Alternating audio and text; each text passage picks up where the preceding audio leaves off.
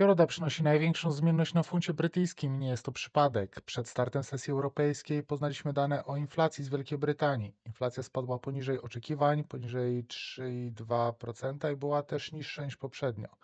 Niższa inflacja to negatywny impuls dla waluty, więc rynek zareagował dokładnie tak, jak powinien. Funt się osłabia. Zobaczmy dwa bardzo konkretne przykłady z wykresów. Po pierwsze, kabel, czyli funt do dolara. Mieliśmy ładny trend wzrostowy, impuls korekta, impuls korekta. Dzisiejsze dane powodują przebicie linii trendu wzrostowego, co jest jednoznacznym sygnałem sprzedaży. Jeżeli połączymy to z ostatnią siłą dolara, dostaniemy bardzo spójny techniczny scenariusz spadkowy. Drugi przykład to EURO-GBP. Osłabienie funta pozwoliło dokończyć prawe ramię odwróconej głowy z ramionami. Do pełnoprawnego sygnału kupna brakuje już tylko jednego: przebicia zielonej linii szyi. Zamknięcie świecy H4 powyżej linii szyi aktywuje sygnał kupna na tej parze. Inflacja zrobiła swoje, technika tylko to potwierdziła.